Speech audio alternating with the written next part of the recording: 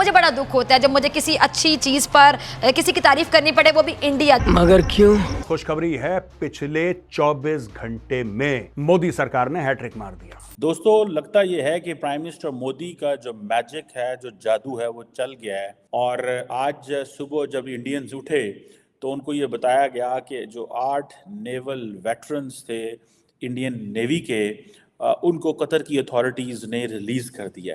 तो उन्होंने खुशी का इजहार किया कि वो वतन वापस आ गए हैं और उसका तमाम जो क्रेडिट है वो भारतीय हुकूमत और जो भारत के वज़ीर आज़म हैं नरेंद्र मोदी को दिया है। Prime minister Modi one a huge diplomatic success. ये बहुत बड़ी डिप्लोमेटिक कामयाबी है। किसी को कुछ पता ही नहीं था, अचानक वो भारत में प्रकट हो गए, अचानक। और तब लोगों को पता लगा कि बॉस ये तो वापस आ गए।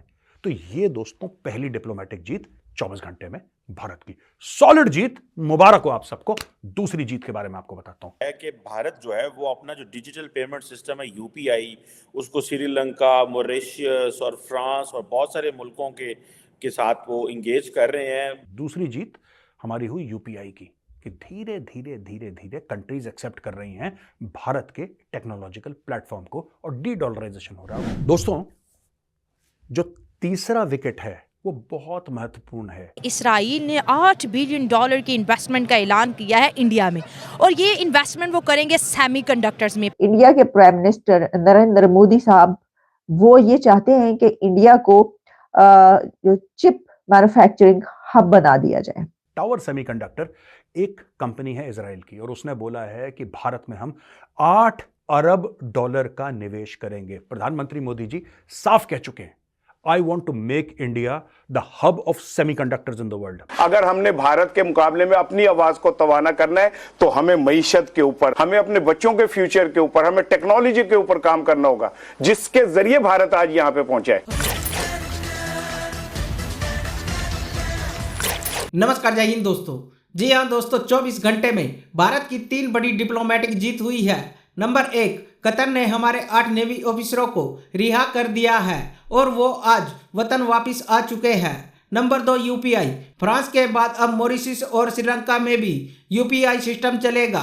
और नंबर 3, इजराइल की कंपनी टावर ने भारत में सेमीकंडक्टर प्लांट लगाने में रुचि दिखाई है।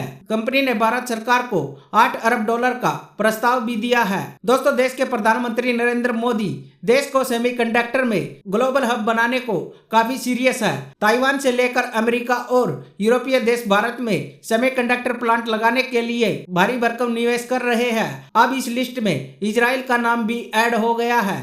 इजरायली कंपनी ने भारत में सेमीकंडक्टर चिप प्लांट लगाने के लिए $8 बिलियन के निवेश का प्रपोजल दिया है। मीडिया रिपोर्ट के अनुसार इजराइल की chip maker company tower semiconductor ने भारत में $8 बिलियन यानी 66,000 करोड़ का चिप मेकिंग प्लांट स्थापित करने के लिए सरकार को एक प्रस्ताव भेजा है। तो चलिए दोस्तों, इसी पर आगे पाकिस्तानी मीडिया का रिएक्शन देखते हैं। मैं सबसे पहले तो खैर भारत के यूपीआई से मैं बात उस पर करना चाहूंगा।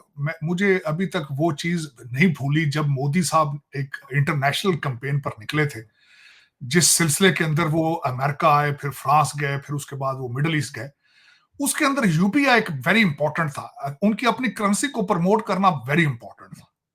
फिर दूसरा उनका सबसे बड़ा टारगेट था अपने डायस्पोरा को प्रमोट करना। तीसरा उनका सबसे बड़ा टारगेट था भारतीय स्टूडेंट्स का। और फिर उसके बाद मैंने जो सबसे बड़ी उसकी मैं साथ सपोर्टिंग आर्गुमेंट ये दूंगा कि आप ये देखें कि UPI is related to the उनकी करेंसी के साथ अटैच है। रशिया से उन्होंने तेल लिया है, अपनी करेंसी में लिया है। फिर उसके बाद उन्होंने यूएई के साथ डील साइन की है, अपनी करेंसी में की। उन्होंने नारा लगाया है कि एफल टावर पे इस वक्त सबसे ज्यादा भारतीय जा रहे हैं, वो अपने यूपीआई के साथ अपना टिकट खरीद सकेंगे। लेकिन इसके पीछे एक चीज है, सिर्फ एक चीज है, नेशनलिज्म है। उसके पीछे प्राइड है। चीमा साहब, मोदी साहब के बच्चे लंदन में नहीं है। उनकी कोई ख्वाहिश नहीं है कि टोरंटो के अंदर अपने बच्चे को पीआर लेकर देनी है। उनकी कोई ख्वाहिश नहीं है कि दुबई के अंदर उनके विलास बने। उनकी कोई ख्वाहिश नहीं। मेरा ये क्वेश्चन मार्क होगा, इसको इस पे अगले सब्जेक्ट पे जाने के। मैं अपने बच्चे जो इस वक्त आवारा बच्चे ट्विटर बना के उर्दू पे सारा दिन खेलते हैं, मेरी रिक्वेस्ट होगी गूगल करें बच्चों, गूगल करो, देखो भारतीय कितने एक्स वजीर आजम जो हैं, पुराने वजीर आजम, वो लंदन में सेटल हैं, टोरंटो में है, दुबई में कहां है, उनके जर्नैल कहां सेटल है, कोशिश करो ढूंढने की। उनके रिटायर्ड जजेस किस किस मुल्क के अंदर छुप के बैठे हैं, देखो जरा जाके, कोशिश करो। अगर अपने आप को compete करना चाहते हो आप इस रीजन के अंदर, जो कि मैं नहीं समझता कि आपके पास सलाहियत है इसकी, क्योंकि आपके पठान भाईजान जिनके लिए आपने अपना सारा मुल्क जला दिया है, आधा मुल्क नशे पे है, हीरोइन पे उनकी वजह से, आधे मुल्क के अंदर आज भी क्लाशनकोव कल्चर है। और मैं मेंशन करना चाहूंगा इलेक्शन के हवाले से, मोहसिन दावड़ ने कहा था कि मेरे हल्के में अंदर Taliban has taken over the polling station, फिर गोलियां चली हैं और मोहसिन दावड़ कहां है आज? हॉस्पिटल में। इंडिया के प्राइम मिनिस्टर नरेंद्र मोदी साहब वो ये चाहते हैं कि इंडिया को जो चिप मैन्युफैक्चरिंग हब बना दिया जाए। और मैं देख रही थी कि इस सिलसिले में द न्यूयॉर्क टाइम्स में एक रिपोर्ट भी पब्लिश हुई जिसमें उनका कहना है कि Modi wants to make India a chip making super power. Modi wants to make India a chip making super power, ये कहना है न्यूयॉर्क टाइम्स का। अच्छा, उसमें उनका कहना यह है कि जो इंडिया गवर्नमेंट है वो ऐसी जो seizing on the world desire to reduce reliance on China and is offering billions to build an entire semiconductor ecosystem on vast empty plots. तो इसमें जाहिर है कि रिपोर्ट अगर हम इसके ऊपर बात शुरू करेंगे तो बहुत सारी चीजें इसके अंदर मौजूद है जो बताई गई है इसके अंदर। लेकिन देखिए इसमें ये कोई पहली इन्वेस्टमेंट तो है नहीं, मतलब इंडिया में तो आए रोज इन्वेस्टमेंट हो रही है ना और होती रहती है, कोई ऐसी बात नहीं है। लेकिन $8 बिलियन का अब इजराइल की तरफ से ये इन्वेस्टमेंट आना और मैन्युफैक्चरिंग हब बनाना, चिप प्लांट्स वहां पर लगाना, इस सिलसिले में इंडिया इससे पहले और भी जो काम कर चुका है उस सिलसिले में इंडिया ने अपनी तरफ से भी जो है वो $10 बिलियन इंसेंटिव्स जो है टू द इंडस्ट्री और यही चिप मेकिंग प्लांट जो है इसके लिए वो पहले ही मख्तस कर चुके हैं, जिसमें और उसकी वजह ये है कि वो ये चाहते हैं कि इसमें ज्यादा से ज्यादा काम किया जाए। और क्यों? क्योंकि जो चाइना है वो चिप मेकिंग एक हब कहा जाता है कि जी दुनिया भर का जो है वो इस तरह के प्लांट्स वहां पर मौजूद हैं और चिप मैन्युफैक्चरिंग जो है वो वहां पर होती है। और दुनिया भर को जब भी जरूरत हो उनको तो वो किस तरफ देखते हैं? वो चाइना की तरफ देखती है दुनिया।